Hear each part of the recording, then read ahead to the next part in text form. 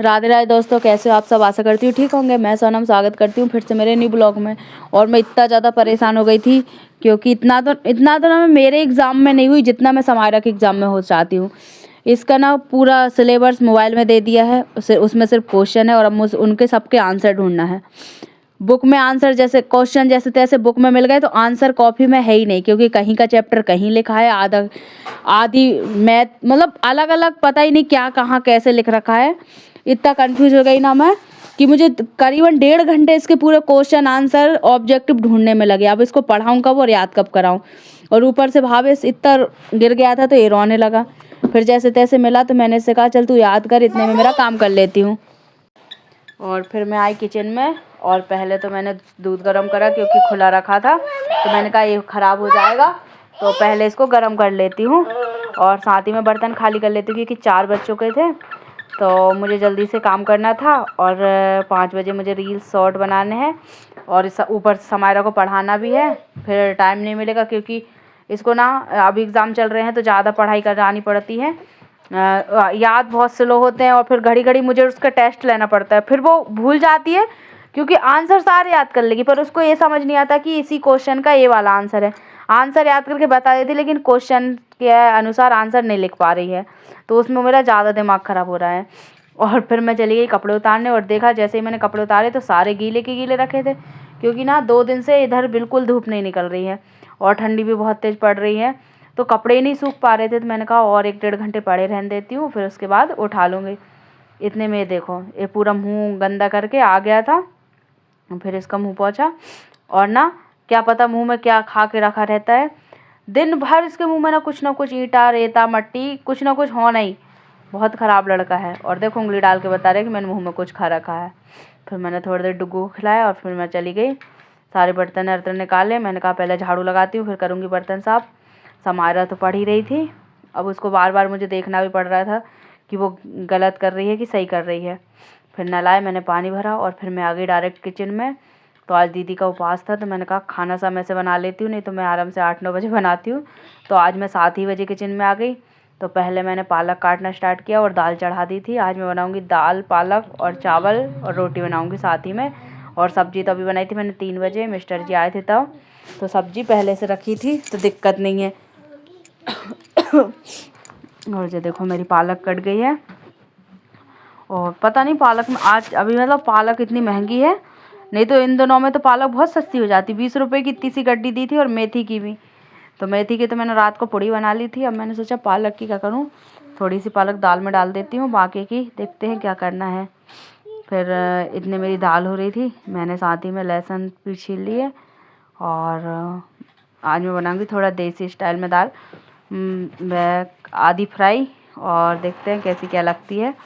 मुझे तो अच्छी लगती है, बाकी को पता नहीं। और ना लहसुन में इतने स्लो मोशन में छील रही थी क्योंकि मेरे पास अब कोई काम नहीं था और टाइम भी बहुत ज़्यादा था क्योंकि आज मैं जल्दी खाना बनाने लग गई। तो फिर मैंने धीरे धीरे लहसुन छीले और साथ ही में दिमाग में ना बहुत सारे थॉट चल रहे थे। क्या पता क्यों आज ना बड़ा अजीब सा लग रहा था क्योंकि कल मेरा भाई का बर्थडे था, घर जाने का मन था और मैं घर जा नहीं पा रही क्योंकि समायरा का एग्ज़ाम है। अभी तक ऐसा हुआ नहीं है लेकिन पहली बार है। हालांकि भाई की शादी हो गई तो वो बड़ा हो गया, लेकिन एक शुरू से ना एक इंटरेस्ट रहता है उसके बर्थडे में, पर इस बार थोड़ा मुश्किल है, नहीं जा पाऊँगी।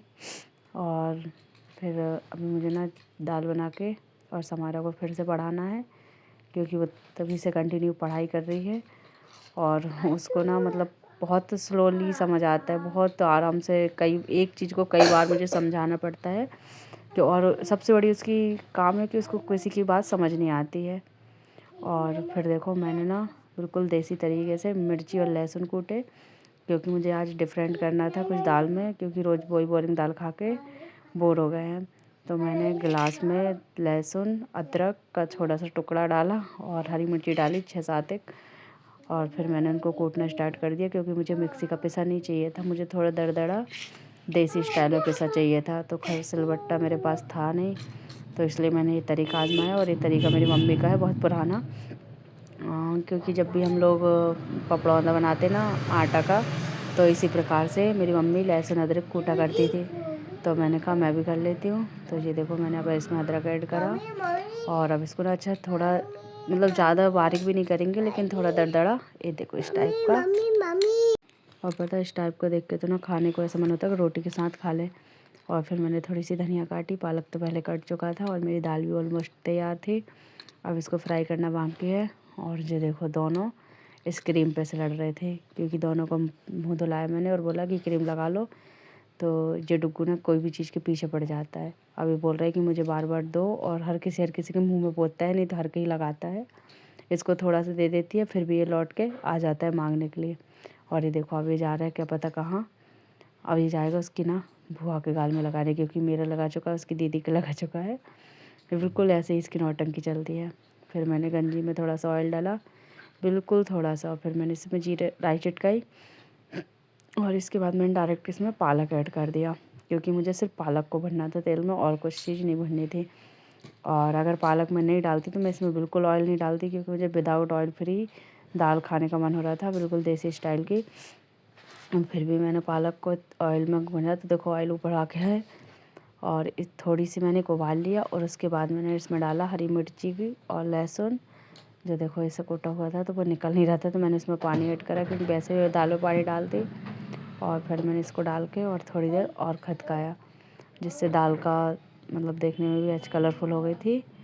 और पर पता नहीं तीखी हो गई कि नहीं, क्योंकि मुझे तीखा खाने का मन था। फिर साथ ही मैंने हरी धनिया डाल दी थी, और एक तो बॉईल लिए, क्योंकि दाल मेरी पहले पक चुकी थी, तो मैंने ज़्यादा नहीं पकाया और निकाल